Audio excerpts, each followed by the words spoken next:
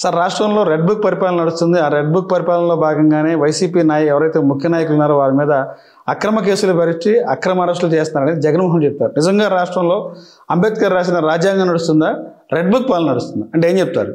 Red book పరిపాలన అనేది నడచడం లేదు. ఆ రోజు చెప్పిండొచ్చు. రెడ్ బుక్ పరిపాలన అనేది నడిస్తే వైసీపీ వాళ్ళు ఒక్కడు భూమి మీద ఉండరు కదా. అక్రమమా? మా లీడర్ భార్యకి ఏం సంబంధం? రామారావు కుటుంబం అసెంబ్లీలో తిట్టడము వాళ్ళది న్యాయమా?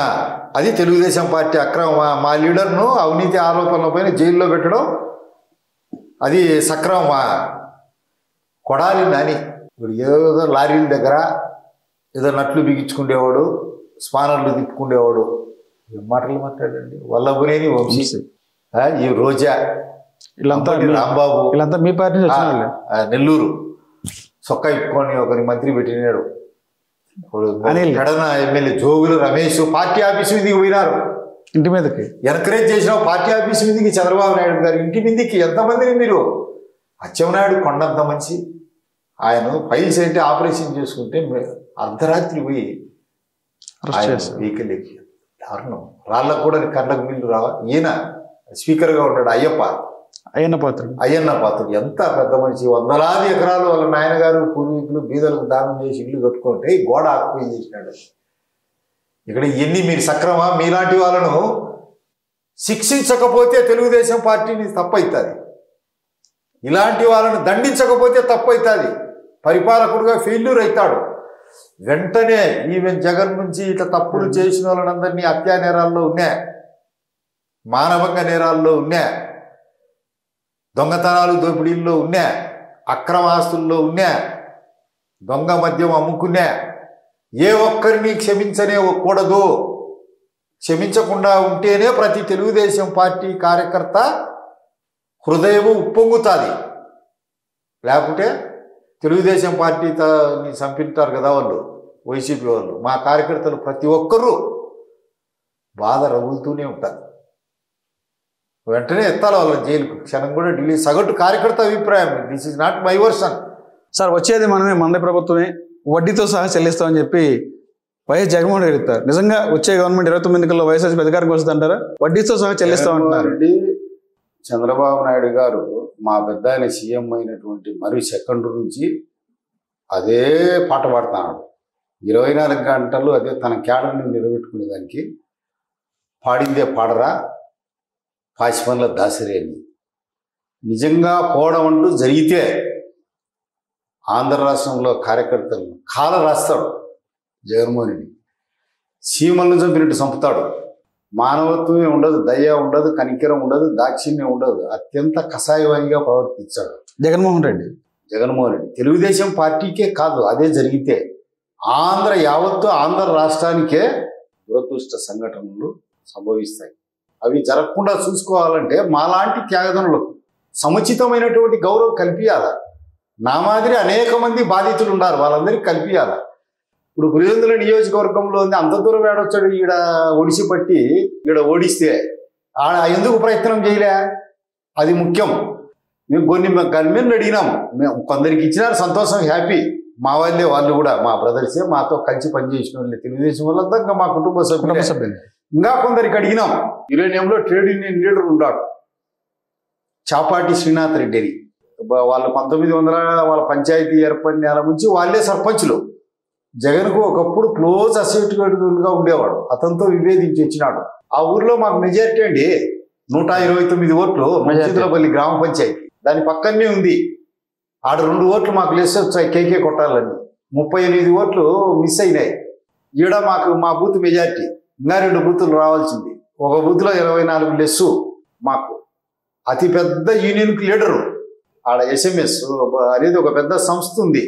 ఆడ ఒక ఆయన ఉన్నాడు, చీఫ్ విజిలెన్స్ ఆఫీసర్ అని. ఆయన పైన కార్మికుల హక్కుల కోసం అడుగుతున్నాడని చెప్పి, వాళ్ళ జీతభత్యాలకు అడుగుతున్నాడని చెప్పి, వాళ్ళ ఇంక్రిమెంట్లు, పెన్షన్లు, వాళ్ళ అరియర్స్ పెంచాలని అడుగుతున్నాడని చెప్పి అతని మీద అక్రమంగా 307 కేసు పెట్టాడు. అనేక విధాలుగా కష్టపడుతున్నాడు. అతనికి యురేనియం ఫ్యాక్టరీకి నిరంతరం పోవాల్సి ఉంటుంది. కార్మిక leader plus Telugu Desam party leader. మా పార్టీకి గుండెకాయ.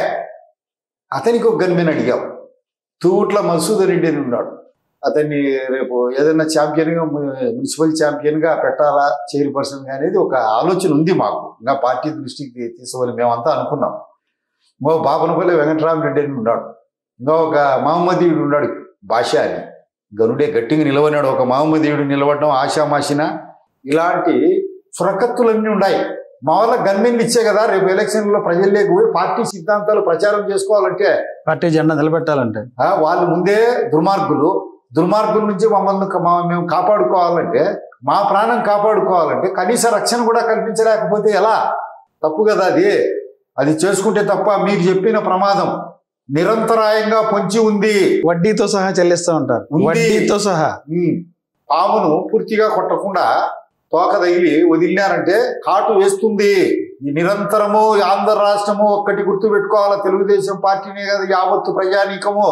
రాచు పాము పడగ కింద ఉన్నట్టే జగన్మోహన్ రెడ్డి అనే వ్యక్తి మళ్ళీ వచ్చాడు ఆంధ్ర రాష్ట్రానికి సీఎంగా. వస్తే ఆంధ్ర రాష్ట్ర దురదృష్టము ఒక విషముగా విరజిమ్ముతాడు. ఆ పరిస్థితి రాకూడదంటే నిరంతరాయంగా కార్యకర్తలు ఏ తప్పు చేయకూడదు, నిరంతరం గుర్తుండాలా. వాళ్ళు 2019 నుంచి 2024 వరకు చేసిన అతని ఘోరాలు మోసాలు, 20 కోరల 60 కొమ్మల రాక్షసుడు అతను.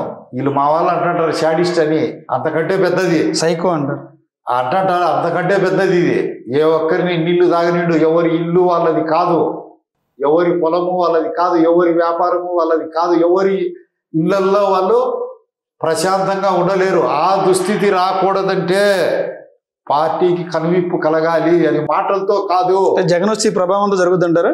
100కి 100 రూపాయలు నేను తక్కువ చెబుతాడా, 100కి 100 రూపాయలు. కార్యకర్తలను మాటల రూపంలో కాదు, కార్యకర్తలను పట్టించుకోవాలా, పార్టీని సమైక్యంగా నిలపాలా, నిరంతరాయంగా సందాలు వసూలు చేయాలా, పార్టీ ఆర్థికంగా పరిపుష్టం కావాలా, పార్టీకి కార్యకర్తలు కష్టపడినని గుర్తించాలా, కాగడ వేసి వెతకాలా, మైక్రోస్కోప్ వేసి వెతకాలా, అంజన పసులు వేసి వెతకాలా. పాతకాలంలో మరి ఎక్కడున్నారు పార్టీ కష్టపడినని ఎవడు సిఫారసు చేయకపోయినా గుర్తించి ఇయ్యాలా, వాళ్ళకి సముచితమైన పదవులు ఇయ్యాలా. ఏదో వాళ్ళు చెప్పినారు వీళ్ళు చెప్పినారు లేని అసమర్థులకు అయోగ్యులకు ఇచ్చినారంటే సొమ్ము చేసుకుంటారు పోతారు. తెలుగుదేశం పార్టీ ఒక క్రమశిక్షణ కలిగిన పార్టీగా ఉండాలంటే అది మాటల రూపంలో కాగితాల రూపంలో కాదు.